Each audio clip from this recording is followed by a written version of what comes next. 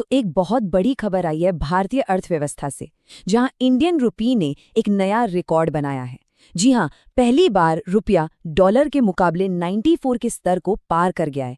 तो चलिए आज इसी को डिकोड करते हैं कि आखिर ऐसा हुआ क्यों और इसका हम सब पर क्या असर पड़ेगा। 23 मार्च 2026 ये वो तारीख है जब इंडियन रुपये ने अमेरिकी डॉलर के मुकाबले 94 के उस बड़े साइकोलॉजिकल बैरियर को तोड़ दिया।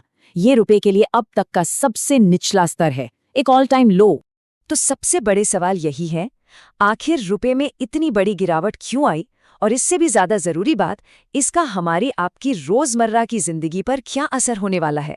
आइए इन्हीं सवालों के जवाब ढूंढते हैं। इस पूरे मामले को ठीक से समझने के लिए हम इसे 4 हिस्सों में देखेंगे। पहले बात करेंगे इस रिकॉर्ड गिरावट की, फिर जानेंगे कि इसके पीछे के असली कारण क्या है। इसके बाद इसके फायदे और नुकसान का एनालिसिस करेंगे और आखिर में देखेंगे कि अब आगे क्या हो सकता है। चलिए सबसे पहले बात करते हैं उस दिन की जब रुपये ने ये रिकॉर्ड लो बनाया। तो उस दिन हुआ क्या, जरा आंकड़ों पर नजर डालते हैं। रुपया दिन के दौरान गिरते गिरते 93.96 के लेवल तक पहुंच गया, जबकि एक दिन पहले ही ये 93.53 पर बंद हुआ था। मतलब एक बड़ा जंप। अकेले मार्च के महीने में ही इसमें करीब 3% की गिरावट आ चुकी थी। और इसका असर सिर्फ करेंसी मार्केट पर नहीं था, शेयर बाजार भी सहम गया और सेंसेक्स 1800 से ज्यादा पॉइंट नीचे गिर गया। तो आखिर ऐसा हुआ क्या कि रुपये पर इतना भारी दबाव आ गया? चलिए अब इसके पीछे के कारणों को एक एक करके समझते हैं। देखिए, इस गिरावट के पीछे कोई एक वजह नहीं है, बल्कि 3 बड़े ग्लोबल फैक्टर्स एक साथ काम कर रहे हैं। पहला, कच्चे तेल की बढ़ती कीमतें। दूसरा, विदेशी निवेशकों का बाजार से पैसा निकालना। और तीसरा, दुनिया में बढ़ता जियोपॉलिटिकल टेंशन। पहला और शायद सबसे बड़ा कारण है कच्चा तेल यानी क्रूड ऑयल।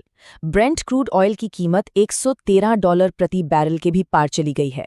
अब जैसा कि हम जानते हैं, भारत अपनी ज़रूरत का 80% से ज़्यादा तेल इंपोर्ट करता है और इसका पेमेंट होता है डॉलर्स में।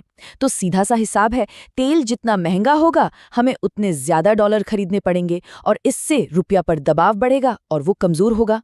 दूसरा बड़ा कारण है एफपीआई आउटफ्लो। एफपीआई यानी फॉरेन पोर्टफोलियो इन्वेस्टर्स।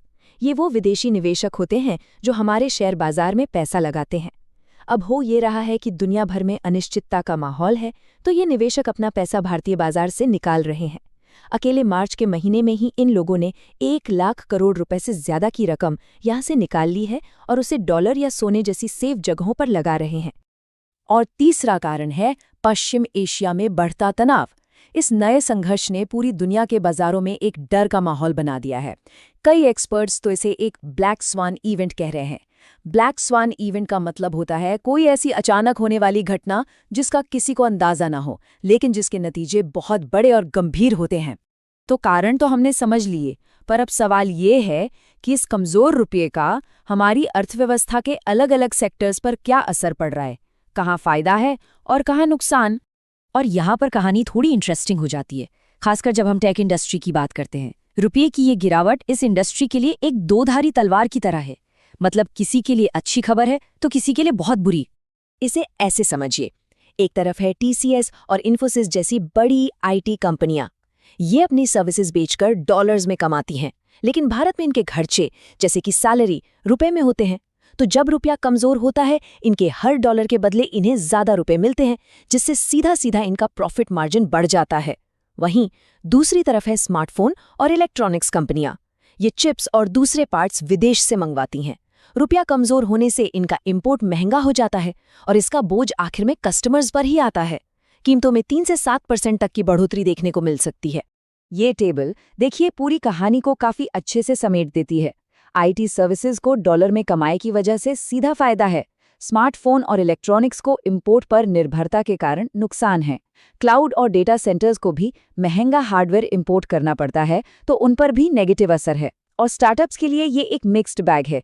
ये इस बात पर डिपेंड करता है कि उनकी कमाई किस करेंसी में है और खर्चे किस में।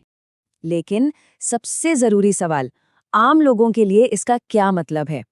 इसका सीधा सीधा असर हमारी जेब पर पड़ता है। पेट्रोल डीजल महंगा हो जाता है, हमारे स्मार्टफोन और दूसरे गैजेट्स महंगे हो जाते हैं और विदेश से आने वाला लगभग हर सामान महंगा हो जाता है। तो जब हालात इतने गंभीर हैं तो सवाल उठता है कि इस सिचुएशन को संभालने के लिए क्या किया जा रहा है और हमें आगे क्या उम्मीद करनी चाहिए। चलिए अपने आखिरी सेक्शन में इसी पर नजर डालते हैं। तो यहाँ पर एंट्री होती है भारतीय रिजर्व बैंक यानी आरबीआई की। आरबीआई इस गिरावट को थामने के लिए बाजार में अपने डॉलर भंडार से डॉलर्स बेच रहा है ताकि रुपए को थोड़ा सपोर्ट मिल सके। लेकिन एक बात समझनी होगी, आरबीआई का मकसद रुपए को किसी एक लेवल पर फिक्स करना नहीं है, बल्कि बाजार में जो बहुत ज्यादा उतार चढ़ाव हो रहा है उसे कम करना है। क्योंकि आरबीआई भी ये मानता है कि ये गिरावट बाहरी कारणों से हो रही है, घरेलू कारणों से नहीं। तो आगे क्या हो सकता है? ज्यादातर मार्केट एक्सपर्ट्स का यही मानना है कि अगर ग्लोबल टेंशन्स कम नहीं हुई तो रुपया शॉर्ट टर्म में 94.50 से 95 के लेवल को भी टेस्ट कर सकता है। सब कुछ इस बात पर निर्भर करेगा कि आने वाले दिनों में दुनिया के हालात क्या मोड़ लेते हैं। और ये पूरी बातचीत हमें एक बहुत ही बड़े सवाल पर लाके छोड़ देती है कि आज की इस कनेक्टेड दुनिया में हमारी अर्थव्यवस्था बाहरी झटकों से असल में कितनी सुरक्षित है। ये एक ऐसा सवाल है जिस पर हम सभी को सोचने की जरूरत है। तो आज के लिए बस इतना ही। अगर आप इसी तरह के और भी डीप एनालिसिस देखना चाहते हैं तो हमारे YouTube चैनल को सब्सक्राइब करना ना भूलें। मिलते हैं अगले विश्लेषण में। धन्यवाद।